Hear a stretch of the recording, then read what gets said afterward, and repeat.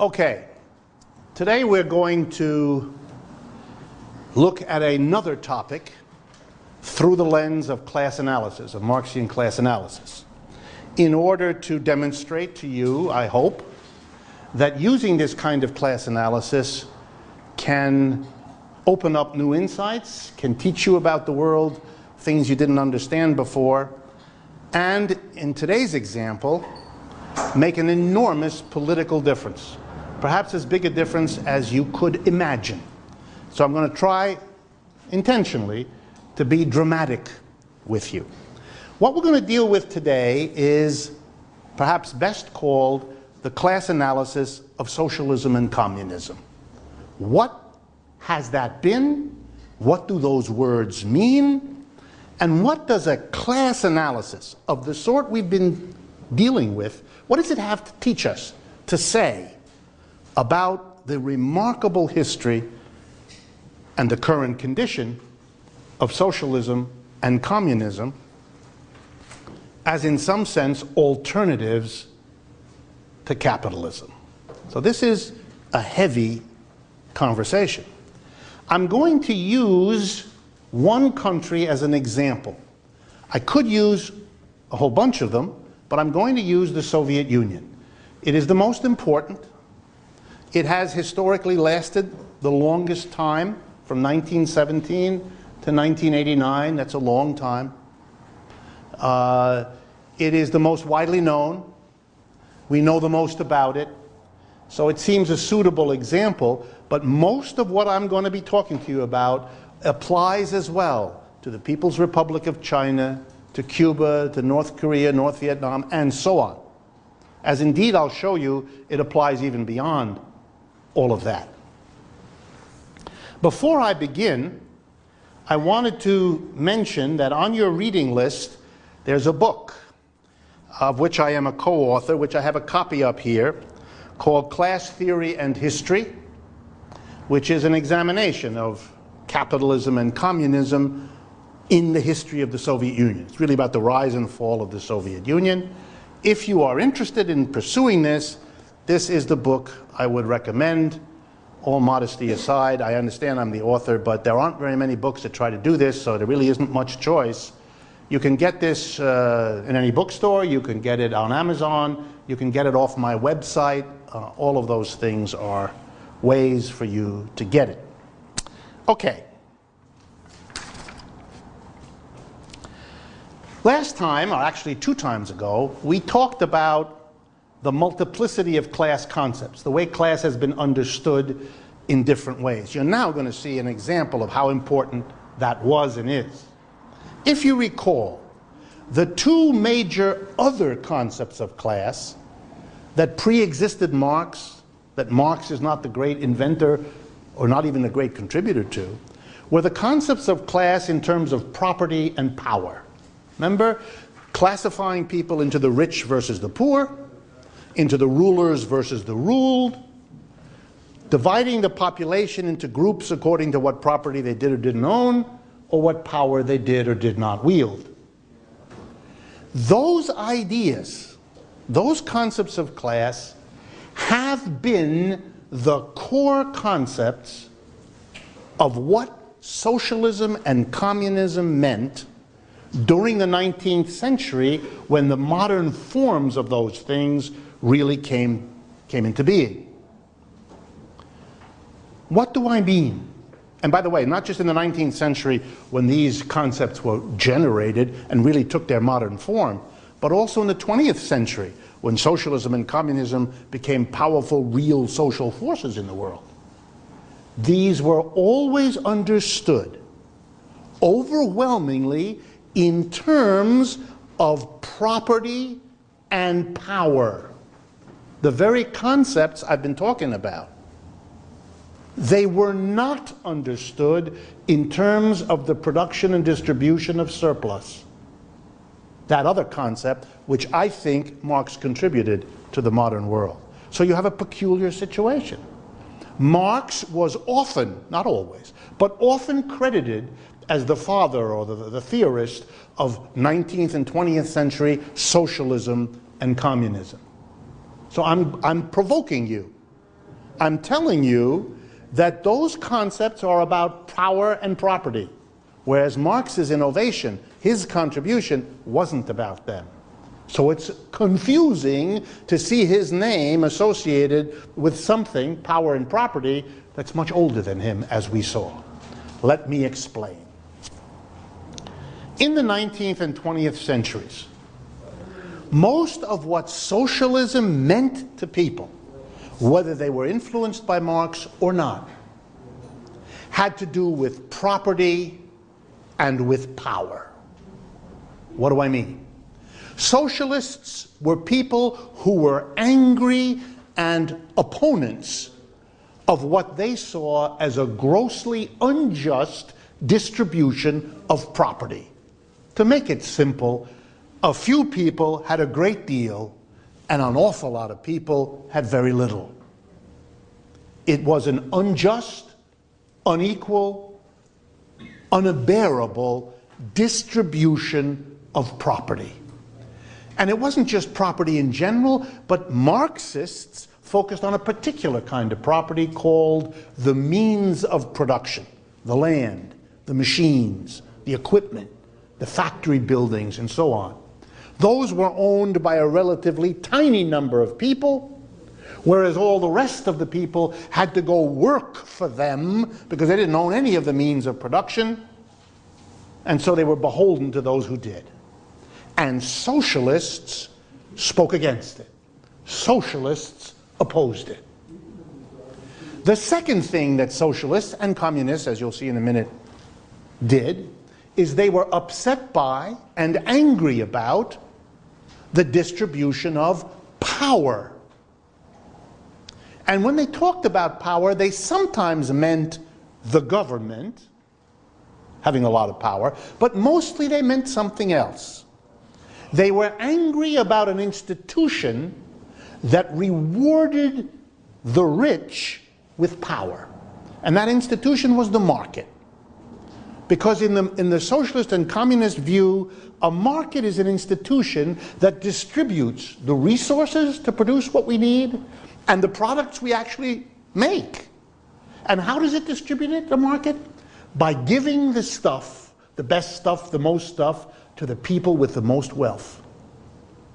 The market is an institution in which wealth acquires power. Wealth controls what gets produced and who gets it. So, for example, if a rich person wants a Mercedes-Benz to be produced and shipped to him, and you want a Mercedes-Benz produced and shipped to you, guess what? Your wish has no power because you don't have any wealth. The wish of a person with wealth will determine that the Mercedes-Benz is produced, that the workers will do the work, that the materials will be gathered, the technology will be developed. They shape society because a market is an institution set up to pander to serve wealth. So wealth acquires power when the institution is a market. So socialists and communists looked at capitalism and said, we are horrified, ethically, morally, politically, but even in terms of the economic consequences of allowing small numbers of people to own the bulk of the wealth, particularly the productive wealth, and equally to allow those with wealth to have disproportionate power over the economic system through markets as a mechanism of distributing. We oppose, here we go now, the private property in means of production, and we oppose markets. Very important. So what then do socialists and communists define as what they want in the 19th and 20th centuries? Here's what they say. We want to take the means of production away from the small number of people, who have concentrated the ownership. And the phrase they used was to socialize the property, to make it the property of the whole society, not of a minority within it. And likewise, the socialists and communists said, we don't like markets. We would rather have the productive resources and the products that come out of them and out of labor on them be distributed according to a completely different system. Not the market. Goods should not be given to the people who are the richest. Goods should be given by some other criterion. And the one that most socialists and communists came to like, famous quote of Marx's, we distribute to each according to their need. So the distribution will not be how much money have you got to buy it, but the distribution will be who needs it, who needs how much of it. So if you have 5 children, you get more milk than if you have 2. If you have 6 people in your family, you need more space to live than if you have 3, etc., because you have some criterion of need. So socialism and communism came to be understood as, okay, we have capitalism, private ownership by a minority of the means of production, markets as the system of distribution, but we want socialism and communism, which is socialized ownership, everybody's the owner, and instead of markets, we're going to have, and this is the word that came to be popular, planning. We're going to plan the use of the resources and plan the distribution of products according to some criterion of social need or social usefulness. So then the question for the socialists and the communists, once they had made clear what they didn't like about capitalism, morally, politically, economically, and what their alternative looked like, then the next question for them to answer, which they did, was how do we go about achieving the change we want? What are we going to do? And here there began to be a bit of a split between the socialists and the communists. I don't want to overdo this, but there was the beginning. There were really 2 ways to think about making the change that socialists and communists all discussed for the whole of the 19th century and for the whole of the 20th century. The first way to make the change, I'm going to call using universal suffrage, or if you like, using the ballot box, or if you like, using parliamentary means. Here was the idea, inherited already from the 18th century, that the world was becoming a place where the average person had a voice. He, she could vote. And since the mass of people could in some sense hope sooner or later to take control of the government because they were the overwhelming majority in a world where universal suffrage was either there already or coming, there were many socialists, and really quite a few communists too, who said that's how we're going to do it. We are going to make the change as follows.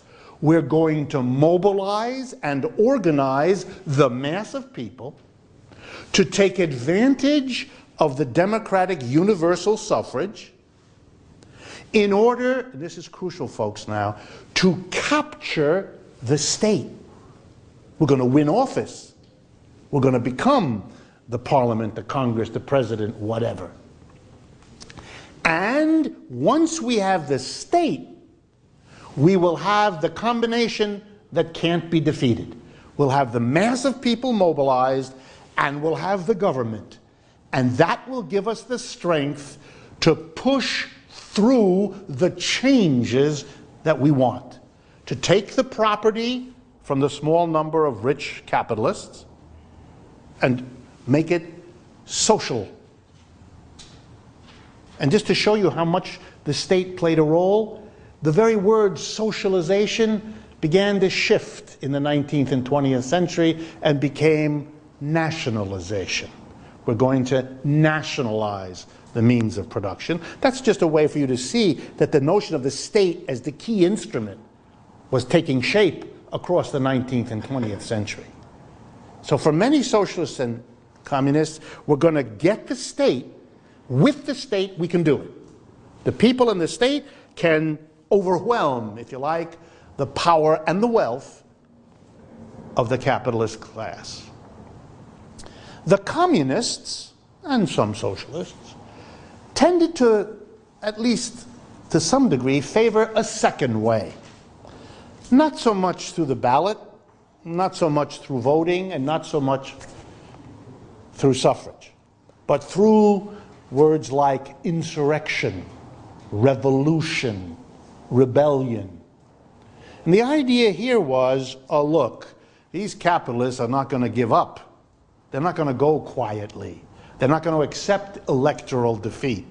They'll either figure out ways to prevent us from winning at the ballot box, or if we do, they'll prevent us from having the state power even when we win. And so we have to be prepared, we socialists and communists, the argument went, to take another step. We have to, phrases that became popular, seize the state, smash the state, overthrow the state. Fancy words, but they just mean seizing the state, but not only or even not in the main through electoral passages, especially if those were blocked. And so you had debates. Which of these two you should use as your primary way?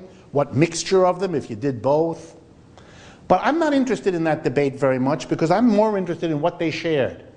Both of these two shared that the trick is to capture the state.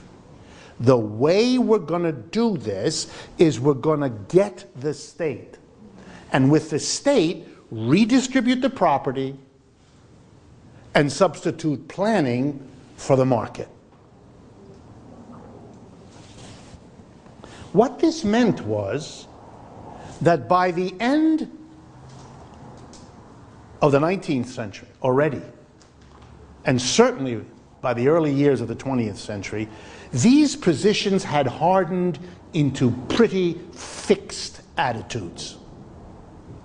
Socialists and communists agreed that the problem of capitalism was a distribution of property and markets.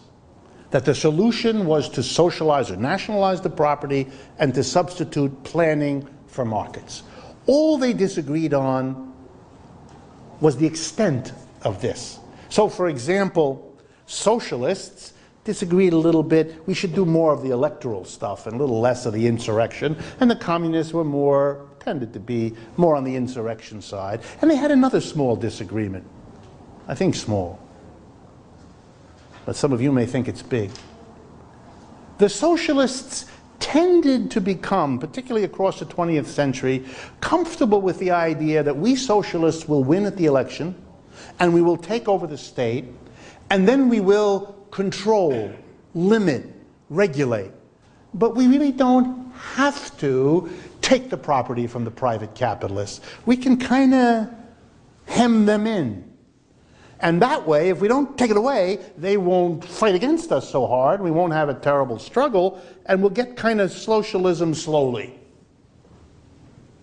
Whereas the communists tended to say, no, no, no, no, no. You leave those private people in charge of the business. Even if you hem them in with rules and regulations, they'll wiggle out. So you got to get rid of that. You got to make the, here we go now, make the enterprises part of the government. The government is going to take over and operate the enterprises as government enterprises. So there's no separate private capitalist class anymore. So the socialists tended to control and limit private capitalists, and the communists tended to displace them with state officials. So European social democracy, France, Germany, is socialist, often winning, controlling, limiting, maybe even taking over a few enterprises, but the bulk of private enterprises are left in place, but the government takes a commanding position. Whereas in the communist governments, they tended, not 100% at all, but they tended to get rid of the private capitalists and substitute state officials. Now, why do I stress this? I stress this because with this idea of what socialism and communism was, when the revolutions happened, say in Russia, or China, or Cuba, or when communist regimes arrived not quite by revolution, as say in Eastern Europe because of the post-World War II settlements. What was done in these countries was, predictably, they did what they believed. If socialism was different from capitalism in terms of ownership and markets, what did they do? They tended to limit, control, or eliminate private ownership and limit or control markets. And they substituted state control, state ownership, and state planning. Of course. That's what they did in Russia. That's what they did in China. That's what they did in Cuba. That's what they do. That's what they do because that's what they believe. Sincere, honest, they did what they thought socialism and communism were as different. So let me give you the graphic example of the Soviet Union. It's 1917. This is a fanciful reconstruction. If you're actually interested in what the soldiers and workers are doing, there are fantastic books on the Russian Revolution of 1917. Everything from the impressionistic book of an American journalist who lived there at those days and wrote a famous book that has been famous ever since called 10 Days That Shook the World, the American newspaper man named John Reed, R-E-E-D, which you can get. It's in lots of editions, give you a very concrete sense of the kind of the chaos of the revolution in the streets in 1917. On to very famous studies of the revolution. One of the most famous, Leon Trotsky. Others written by leaders of the revolution, not all as sharp-witted as Trotsky was, but nonetheless, fantastic books about that. British historians were very, very good. E.H. Carr, C-A-R-R, wonderful historian. Maurice Dobb, D-O-B-B, an economist who has still the best book on what the Russians did in their revolution. But to condense all of that, here's what happened. The workers, together with the returning soldiers, because remember the revolution happens at the end of World War I, a war that Russia lost. So the army comes back, the economy is destroyed, the countryside is destroyed, the government is a complete disaster, the government of the Tsar, and so there's a revolution of people who are hungry, who are furious about the war being lost, who are furious about the economy being destroyed. And the workers and soldiers together create a new society, basically. They create a new government. They form little groups, little councils to run the country because the government is defunct. By the way, the Russian word for council, little council of people, is the word Soviet. It's just a word for a council of people. So it's the union of Soviet socialist republics. That is, republics based on groups of working people getting together to run the society. Okay, here's what they did. It's my little fanciful story. Imagine a group of workers at a locomotive factory or a glove factory or anywhere in Moscow or St. Petersburg, which then becomes Leningrad. They wake up one morning, the revolution is here, they say, that's it, the revolution. The managers of the factory come in and they say, go away, Vladimir, you're not the manager here anymore. And the owners of the factory arrive to sit in their nice office, and the workers say, go home. This is no longer your factory.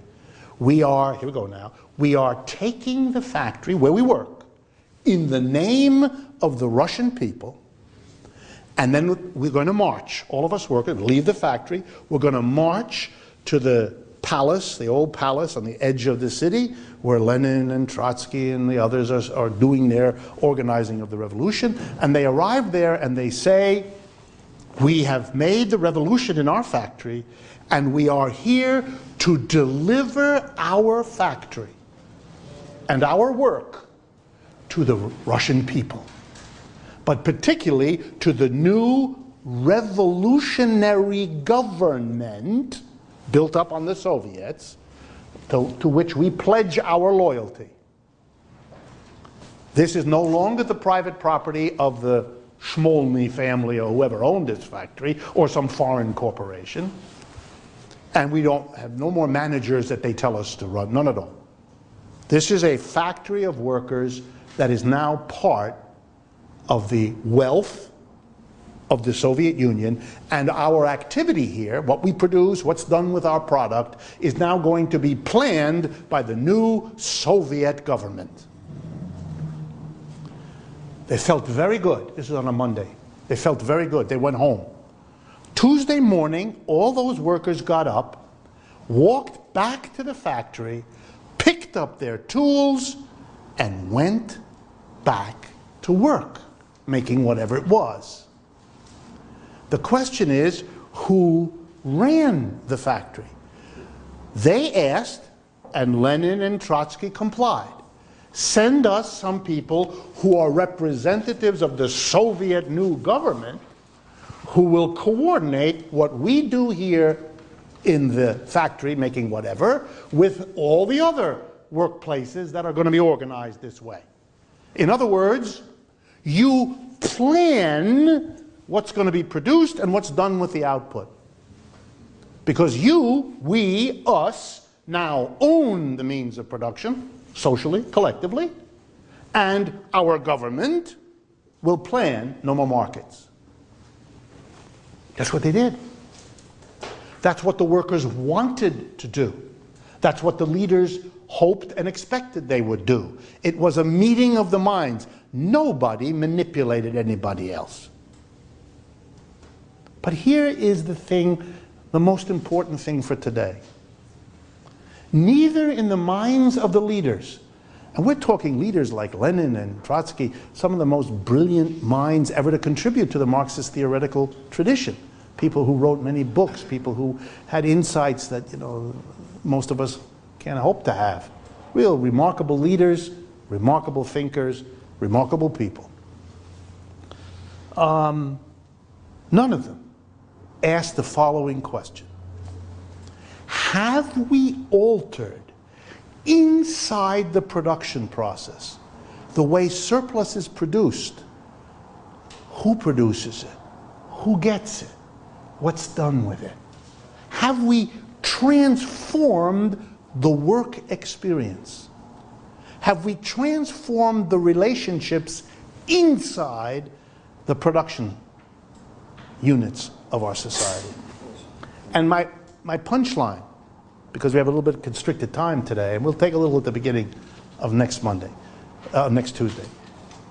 But what I want to drive home is, the answer is the workers didn't expect that, and the leaders didn't think about it either. That's not what socialism and communism meant to them. In fact, Lenin and the other leaders then pressured and begged the workers. We're going to be attacked by all the capitalist countries. You must work harder than you did before. We need more output to save ourselves and to save our revolution. And for the next 30 years, they got more work out of Russian workers than anyone imagined they could. That's how the Soviet Union survived. Every worker was made to believe, correctly, that the revolution's survival depended on him or her. And they put in crazy hours, and they put in unbelievable creativity. But they didn't change the organization of production. What did that mean? Well, here we go now.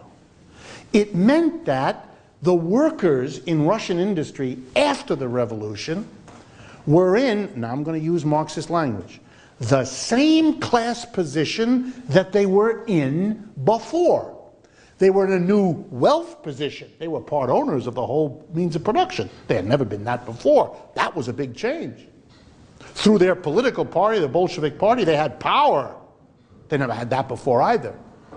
But their position in the organization of production had not changed.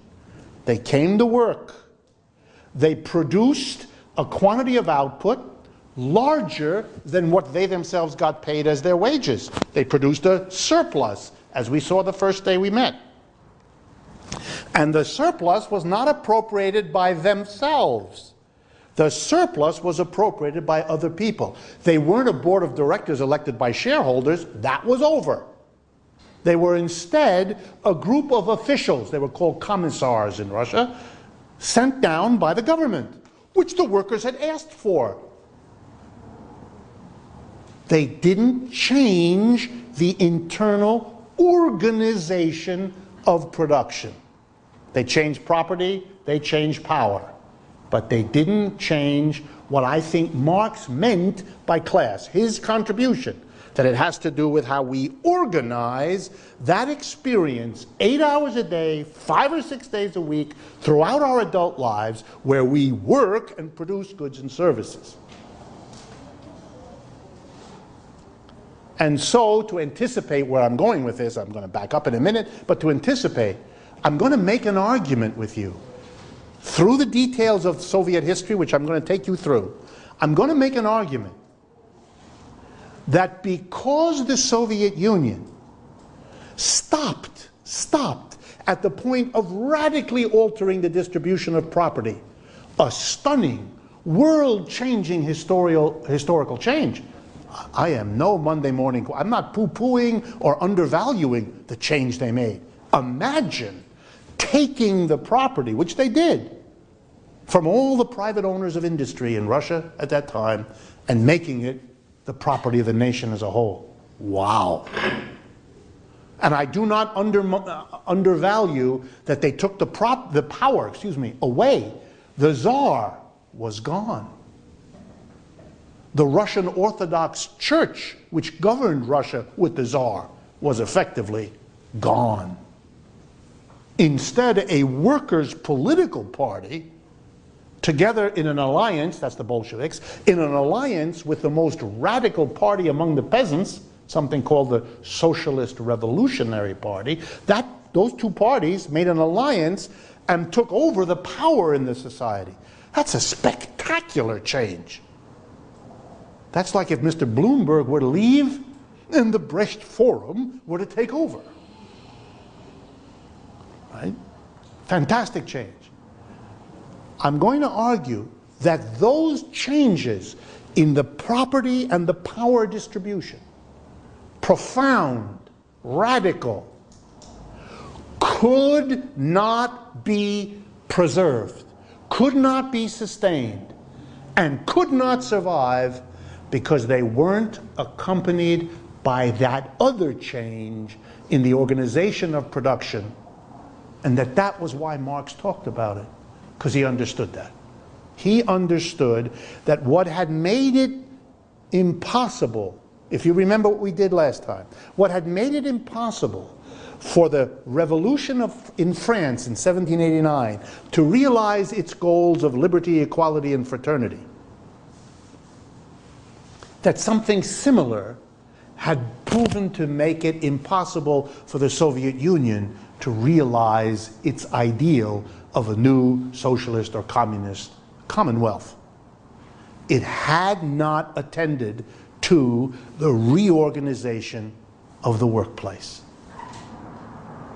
It hadn't understood Marx's argument that the core of capitalism lies in the relationship called exploitation, where a lot of people produce a surplus that somebody else gets and disposes of. And let me save myself and you a lot of time. If it's in your mind that, given the conditions in Russia in 1917, if they had tried, if they had dared to cause the disruption in society that would have followed by saying in every factory, you workers are now going to run it yourselves. Remember, Russian workers at that time are overwhelmingly illiterate, no education, etc., etc. If you say to me that was an unworkable plan, I'm not going to disagree with you. I think there were a lot of reasons it didn't happen. I'm not arguing that it should have. I'm just pointing out it didn't. And by not doing it, whether or not it was possible, I don't know. My guess is if I had lived at that time, I would have thought exactly like those people did, and it wouldn't have occurred to me. But we have to learn from the fact that the Soviet Union is gone, and the fact that China is very different, and that it's touch and go whether any of the other socialist economies are going to stay that way very long. I don't know how many of you read, but if you follow what's going on, say, in Korea or in Vietnam, the direction of development is something that ought to give you pause. So we do have to ask the question and answer it. What happened? Why did the society in the Soviet Union collapse, implode on itself? Why has China changed the way it has? And again, I urge you to consider the possibility that not having altered the structure of production, not having been able, not at the beginning, in the middle, or even at the end, to reorganize production so that the people who do the work appropriate themselves collectively the surplus they produce. That was Marx's argument. All right, in the time we have remaining, roughly a half an hour, I'm now going to show you this analysis looking concretely at the history of the Soviet Union. I'm going to use class categories because I don't have much time, and I want you to see class analytics in action. So we're going to begin by asking, what was the class structure of Russia just before the revolution? So what was the society that went through a revolution in class terms?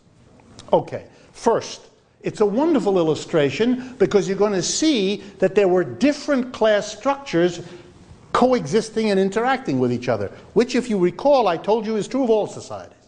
But let's do Russia, 1913, 14, 15, 16, as an example. Let's begin in the countryside. In the countryside, which is where 95% of Russians lived.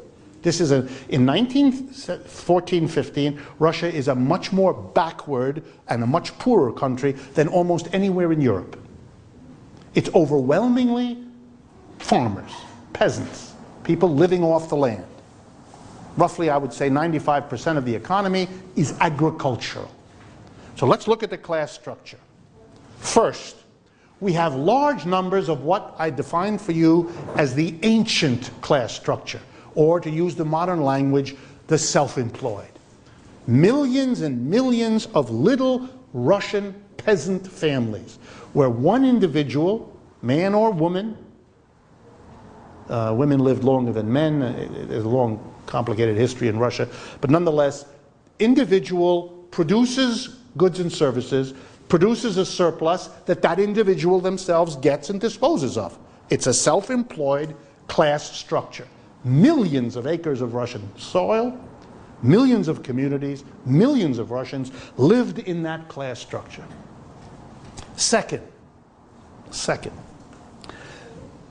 a smaller number of Russians had already developed agricultural capitalist enterprises. What does that mean?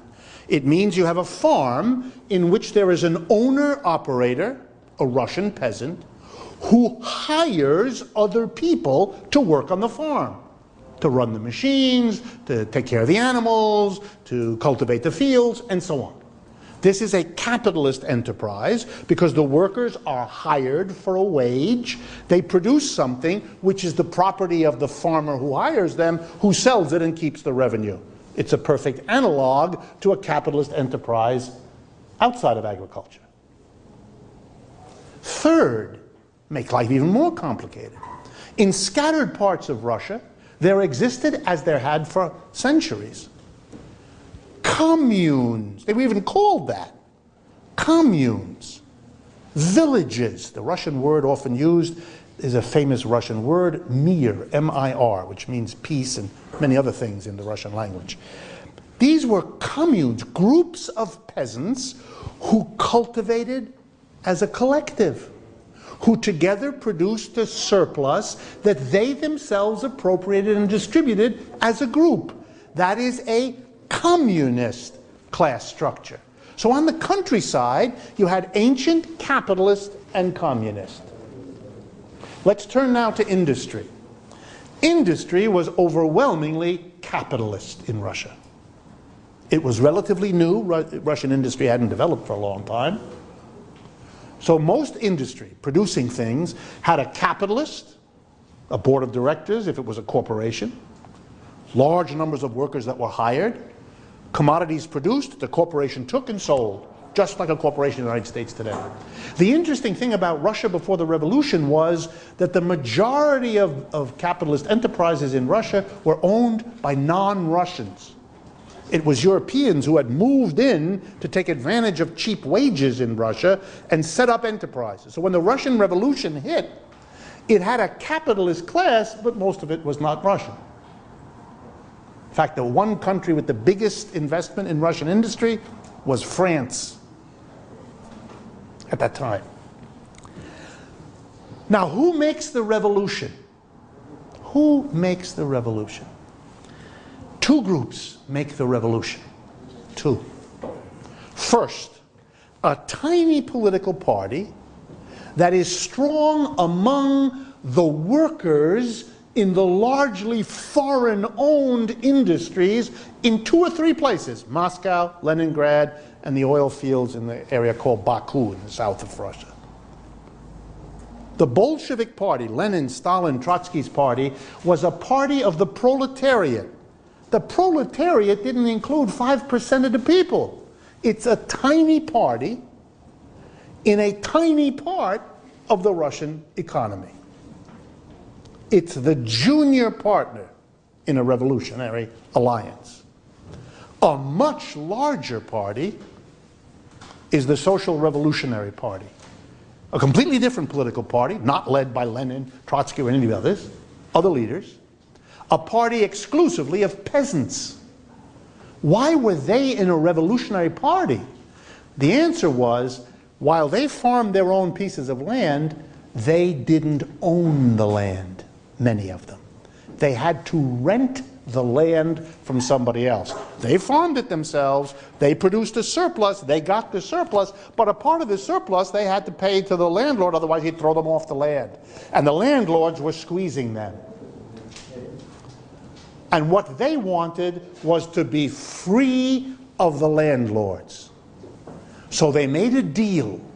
These revolutionary peasants and their large party, together with Lenin, Trotsky, and Stalin, the leaders of a working class industrial proletariat party that was more organized, more cohesive, but much smaller. And here was the deal. We, the Bolsheviks, Lenin, Trotsky, and my apologies for those of you for whom this is all new, but if you live in the United States, the chances of your understanding from any source whatsoever anything about the Soviet Union that isn't a fanciful morality tale about good and bad is very small. So don't blame yourself. Now we're finally coming out of a 75-year Cold War fog, so you can begin to hear. But I'm not telling you anything that any good history will not teach you as well. So here was the deal. We will ally with you, the peasant social revolutionary party said, on one condition. You must commit to getting rid of the landlords and making sure that a new revolutionary government, here we go now, gives absolute guarantees to the private property of every Russian peasant. He will get his own piece of land. He won't have to be beholden to a landlord. We do not want capitalism in the countryside. We do not want communism in the countryside. We want, I didn't use this word, but you, because we have the class analytic with us here today, you understand they demanded the self-employment model. It's as if you had a movement of agrarians in America that said, no more big farms, no more sprawling suburbs. The agriculture of America is going to be rebuilt on the family farm, from California to Idaho to Iowa to Maine. That's what they did. And the Bolsheviks said, yes, we'll do it. But you have to give us in exchange, it's an alliance, quid pro quo, you have to give us the mass support of the peasants when we take the industrial property away from the industrialists, make it the social property of the whole country. They're going to come after us with everything they got to destroy us if we do this. And the only hope they have is if they can mobilize the mass of the Russian peasants, illiterate, very religious, within the frame of the Russian Orthodox Church. You have to be the bulwark that at least gives us a chance to survive. Done, said the social revolutionaries, and in 1917, these two parties together made the revolution. The revolution was made by an alliance of two parties, and the first governments were alliances of the two parties. The idea Lenin and Trotsky did it is wrong. It's just ignorance. You just don't know. And the first thing the revolutionary government did, just so you know, is distribute the land to the Russian peasants as their private property. So the idea that the Soviet Revolution obliterated private property, anyone who says that to you is a moron, is a person who is so lost in the Cold War fog that they think inside of a model, it's just silly. It's just silly. The Soviet Revolution was unthinkable without the commitment to private property, and it delivered on that private property. It distributed, by the way, the slogan of the Russian Revolution, bread, peace, and land. Those were the three words. Remember, like liberty, equality, fraternity for the French Revolution? Bread, peace, and land. Bread, we're going to feed the people.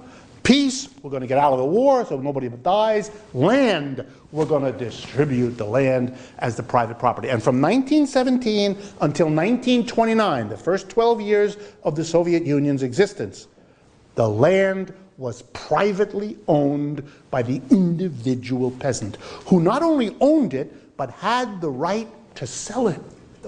When? 1917 to 1929. 12 years, first 12 years. I'm going to tell you in a few minutes what happens in 1929. Okay?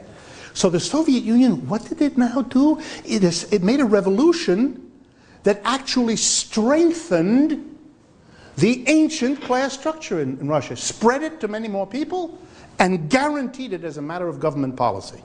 It did not establish a communist class structure in the 95% of its population that were rural. It didn't propose it, it didn't advocate it, it didn't do it. It guaranteed private property. And it also, very quickly, and starting in 1921, guaranteed markets in the countryside where the private property of the peasants could be used to produce goods that they bought and sold at a market. So the idea that the Russian Revolution got rid of markets and private property is false. It's make-believe. Industry, very different. Industry was not organized as individual self-employment, not at all. Nor was industry organized as communes in the manner that some of those farmers had been, that I told you about for generations before.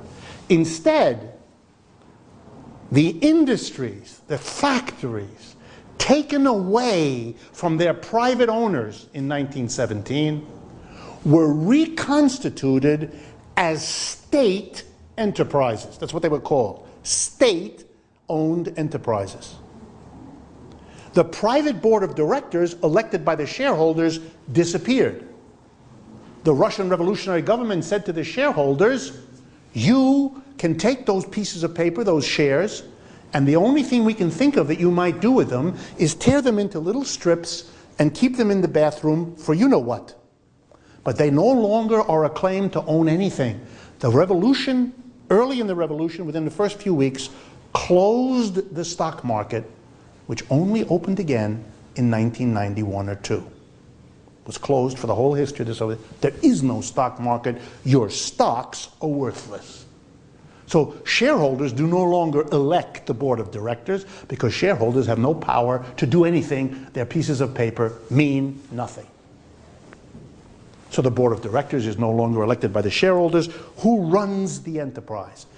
A specialized group of people elected or selected by the new government, the revolutionary government.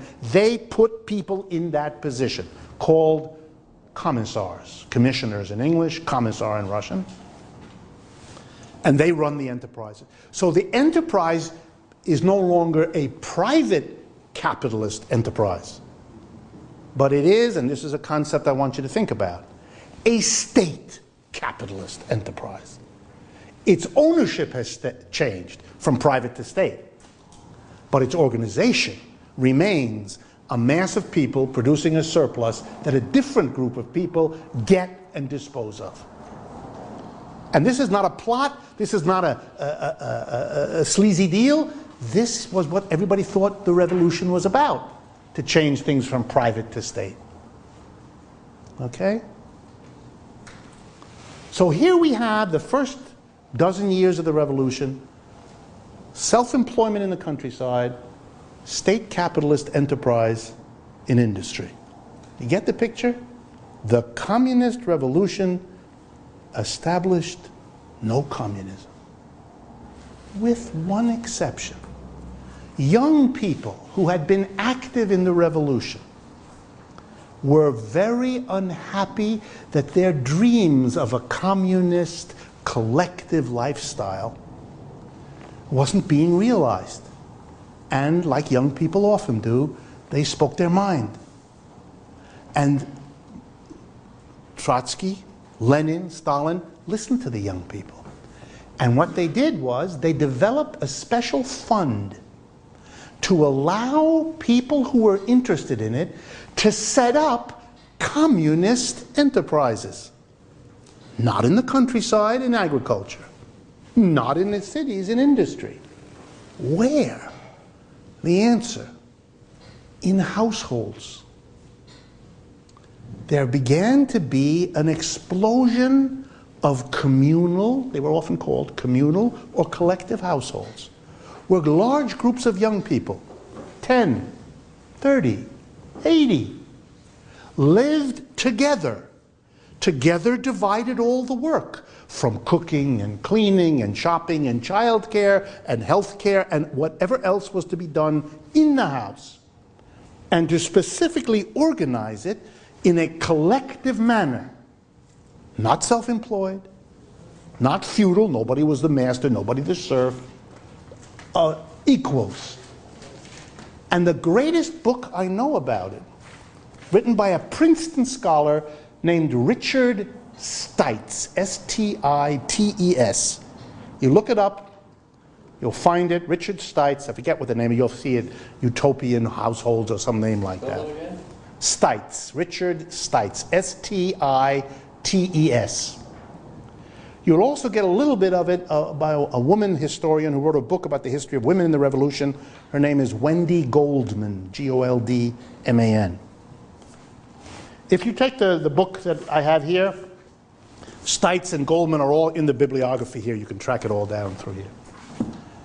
Okay, what happened then next in Russia was that this complicated economy, this complicated class structure, was both successful and a disaster all at once. Here's the success. They came back from the disaster of a failed world war that they lost, that was fought on their territory, a catastrophic revolution fought on their territory, followed by a civil war fought on their territory, and a foreign invasion. A foreign invasion. I always like to make sure you all got that. Britain, France, the United States, and Japan invaded the Soviet Union in 1918 to destroy the revolution. So just for the record, as Americans, think a minute. The United States was never invaded by the Soviet Union. The reverse cannot be said. They were invaded by the United States military. The military stayed for varying periods of time. The Japanese didn't leave until 1922, 4 years later. The invading armies allied with the White Army in the Russian Civil War. White Army against the Red Army. So they came back from all of that and they rebuilt their country. That's a success. They solidified a Soviet government no one thought was possible, including most of them. They survived, which, given all the conditions and all the enmity around them, is itself an achievement. On the other hand, tensions were building up, very big ones. First of all, in the countryside. With the little independent peasants, something was happening that theory should have told them might happen, but that we now know in economics.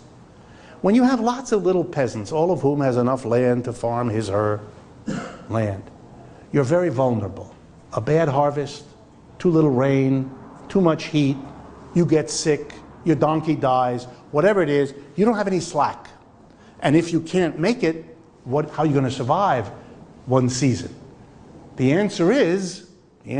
only answer is you sell the one thing you really have to get through the hard time.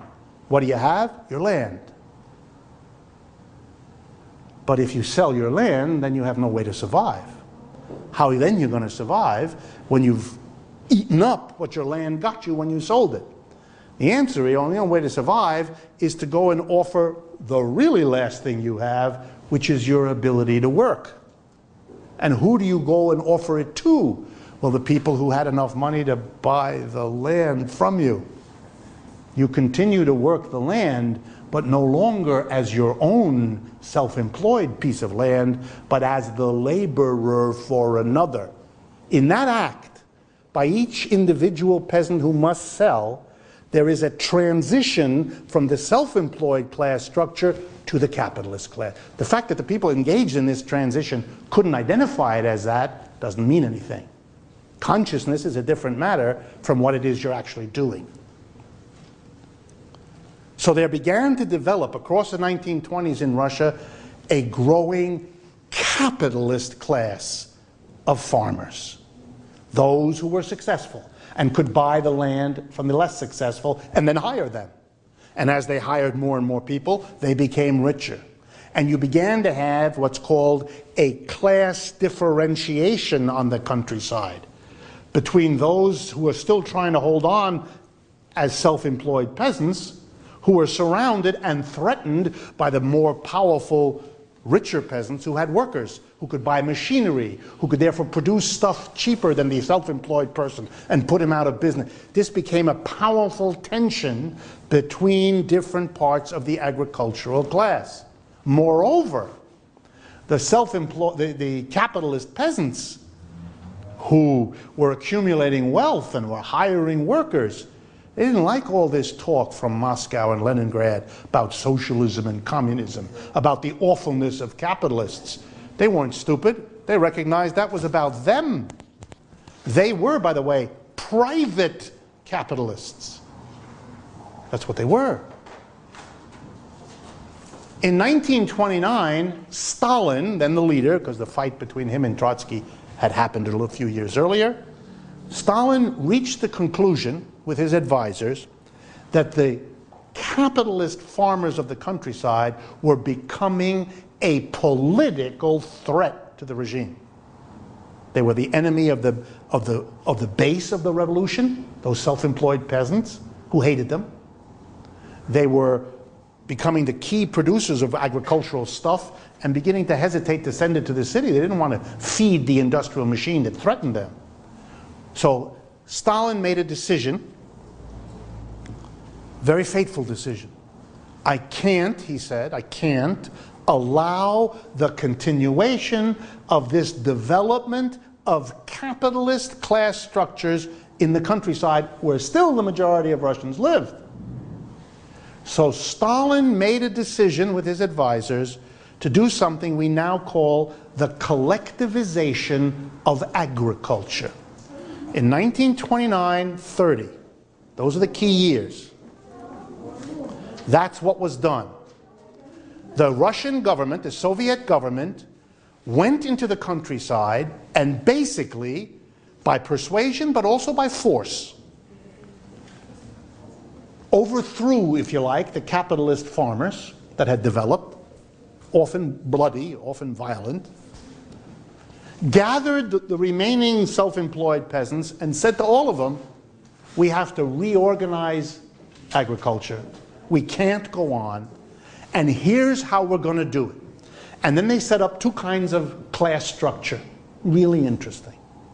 Class structure number one were called state farms.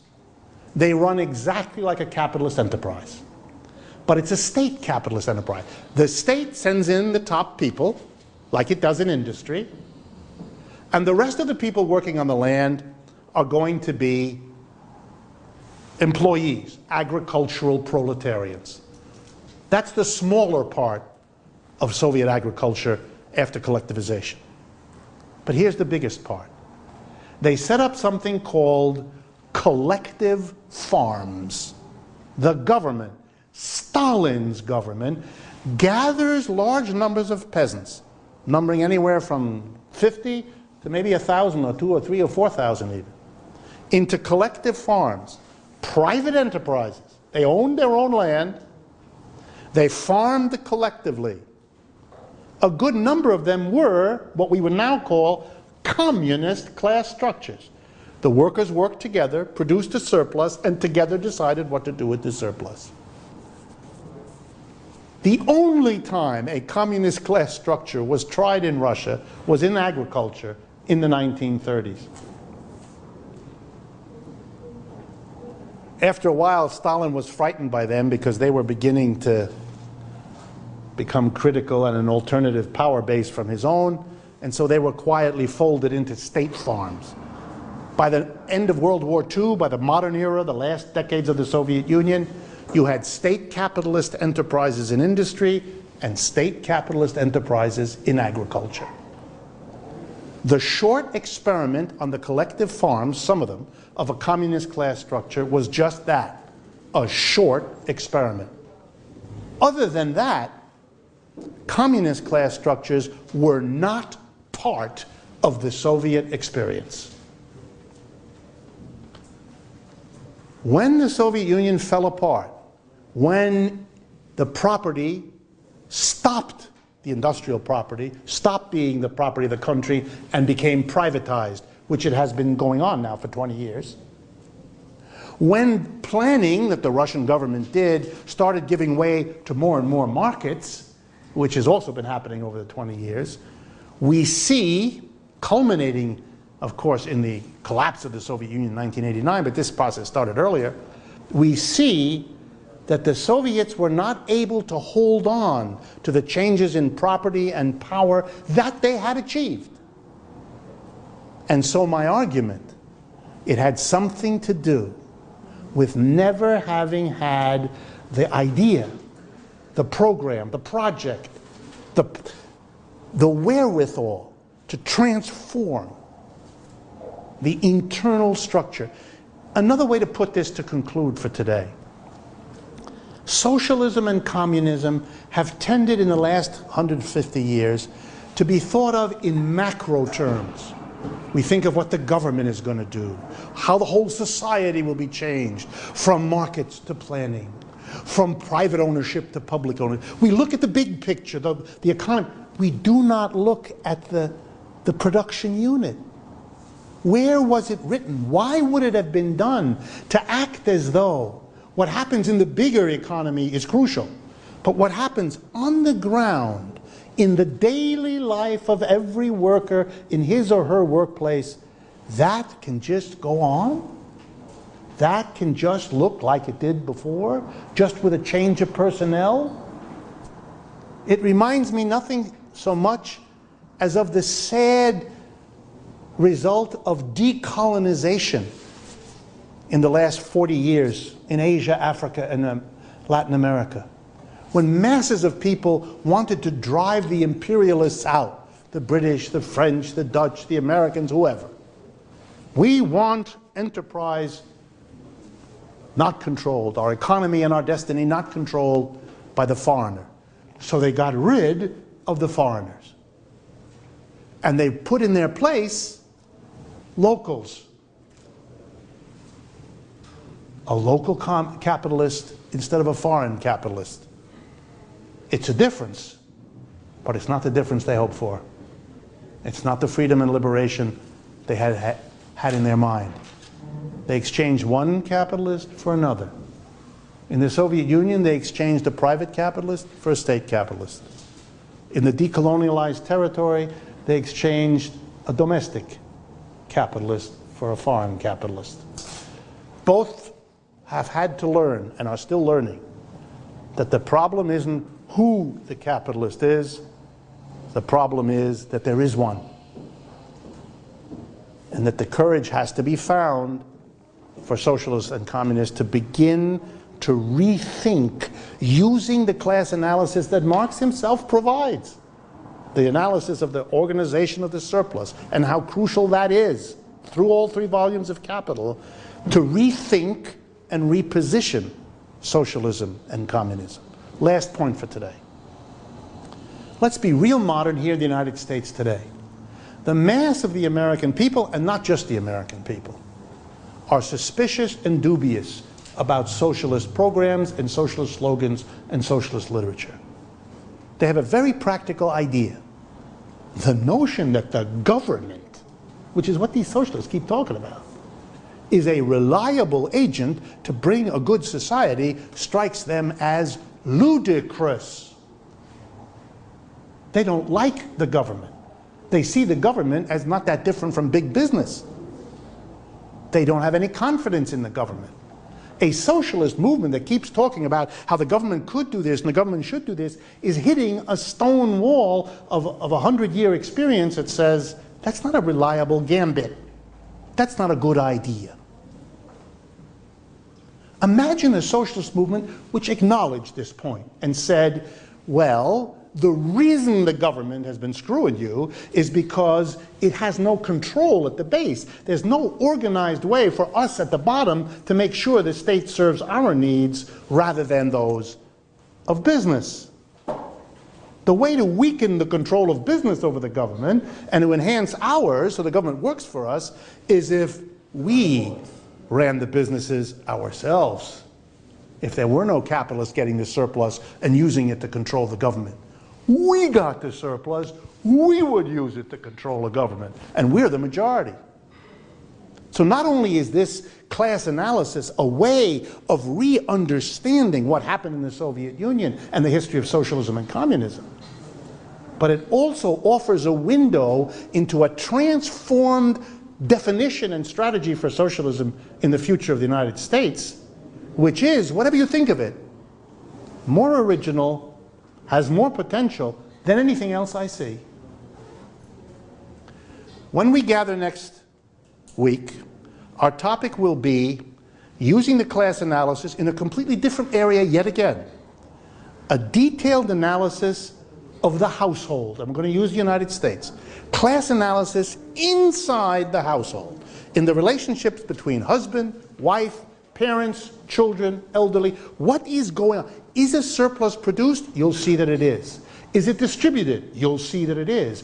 Does the production and distribution of surplus happen in different class forms? You'll see that it is. And you'll see what the consequences are. This is a new application of Marxian theory because Marxian class analysis, like conventional non-Marxian analysis, used to think that economics only applies to what happens outside the house, never inside. A bizarre idea, since production goes on inside the house. We produce goods and services, we distribute them, we consume them. The household is crucial. And so for the last 20 years, there's been a development of doing this. If you are interested, and I don't mean to be pushing books on you, this was released a month ago. It's a collection of essays that uses this kind of class analysis, about, I don't know, 10 different people, including us, myself and others, uses this class analysis, Marxian class analysis, to examine questions of household, mostly here in the United States, but in some other places as well. So if you're interested in this, either before or after next week's session, you have a place to go where a lot of this stuff is developed and argued. And as I say, this is just out a month or so ago, so it's available. I'll have all of these up here. We have a few moments. If you want to look at any of this material, please be my guest. I also have to hand out for free. If you're interested in the stuff on the crisis we did last week, there's this DVD you can get with this piece of paper. And in a couple weeks, there is the Left Forum. Whoops. The Left Forum at Pace University. This is a card that lets you know about that. There are going to be over 200 panels on every conceivable topic that the left is interested. People from all over the world. It's something unusual. Happens only once a year in New York City. If you're interested, get this. Thank you for coming. I will see you 1 week from today.